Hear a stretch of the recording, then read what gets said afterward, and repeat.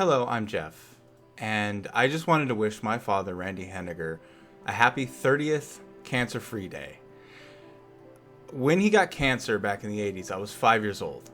The thing that I remember most is my mom crying and my dad acting a bit strange. The main problem for me is that I was small and I couldn't do anything about it. Of course, being five, it's really hard to kind of grasp and comprehend the situation. Unfortunately, it got to the point for him where he was stage 3. Now, in the 80s, stage 3 was a death sentence, pretty much. Stage 3 back then was radiate and hope. They gave him a 70% chance of dying within a few months. That didn't stop him, though. First thing he did was he went to every single religion he could and tried to make good with whatever god that was. So that he told me about that. But from my perspective, I didn't see any of this. One of my main memories back when I was 5 years old was going into his hospital room and seeing him with a long row of staples down his abdomen. The first thing I thought of was, I need to tell my dad that he needs to get better. So I did just that. I said, "Daddy, you need to get better right now." He was on some painkillers and he didn't take kindly to that because I raised my voice at him. But that's what I remember.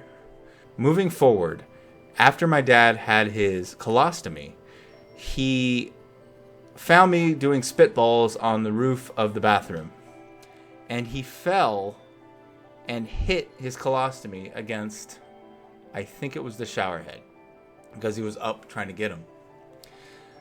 So he got frustrated. And I remember he was really frustrated back in the day. He was not happy with the situation. And who would be, to be honest?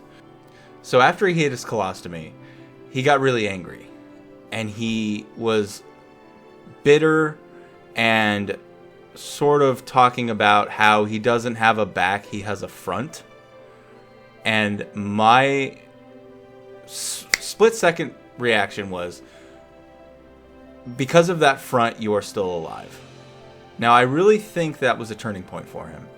Since then, he has become the kindest and most awesome man on the planet. And I'm not just saying that because he's my father. I'm saying it because, literally, he is the nicest guy I know. And anyone he meets and comes in contact with, he's the nicest guy to them. He's helped wounded warriors. He's influenced thousands of lives with his speaking and with just his personal touch. And I just wanted to say, from my perspective, I wouldn't be the person I am today without my dad being there for me. So, if you have cancer, if you're going through this hard time, reach out to somebody. Reach out to somebody who's been there. And it does a world of difference. Now, I can't see it from the perspective of someone that's going through it, but I can see it through the perspective of someone who still has someone around because someone was able to survive this and reach out and get support. So, happy 30th, Dad. We're going to keep going strong, and I look forward to you holding your grandchildren.